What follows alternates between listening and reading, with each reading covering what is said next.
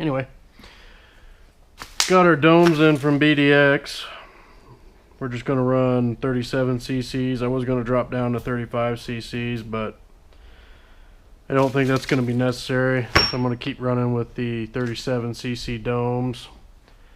Still waiting on MCB to deliver me a rebuild kit for this with Washner pistons. Supposedly it'll be here Monday.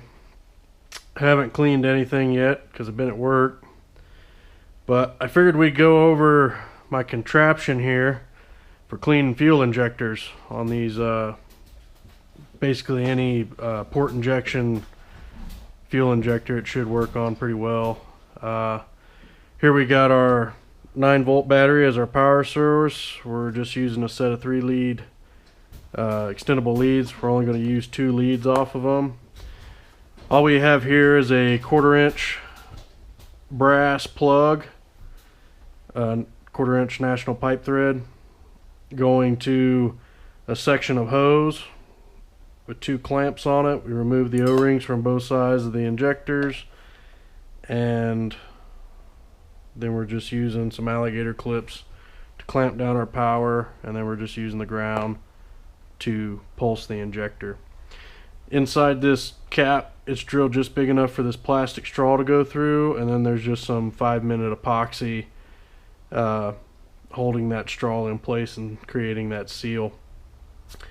I did one so far. It works pretty good. I'm going to post some pictures throughout this video to kind of show you what I'm talking about as far as how the cap's drilled out and the assembly here. The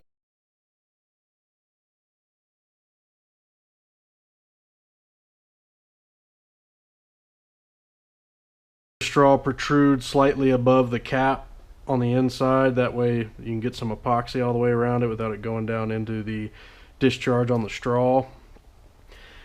I believe I probably could use a 12-volt battery, but I had a 9-volt battery, and that's going to be plenty to pulse the injector enough to get it to open so we can actually check it. A lot of times I just check these by giving it a little pressure, and you see you have a little leak back out of this valve. But all we did there was check to make sure that the injector doesn't have any issues with the seat, so it's not leaking when it's not supposed to be open. And here, I'll try to get you guys the best video I can. Open the valve.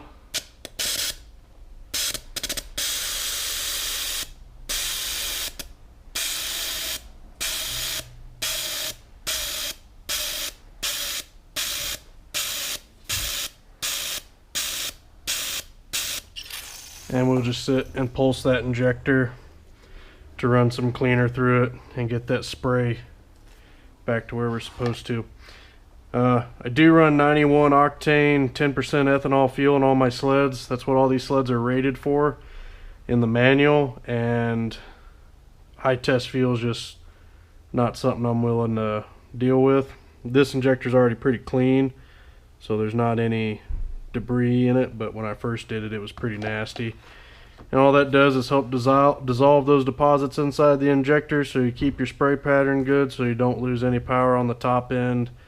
And it's just something good to do whenever we're rebuilding engines like this, to just go through, clean the injectors real quick, and make sure we're not going to have any issues there. I use carb clean on these. Some people prefer to use brake clean and other stuff. I really prefer using something that's actually meant to clean fuel deposits, and I found carb clean works really well for that, so I use carb clean. If you want to use something else, use that at your own discretion.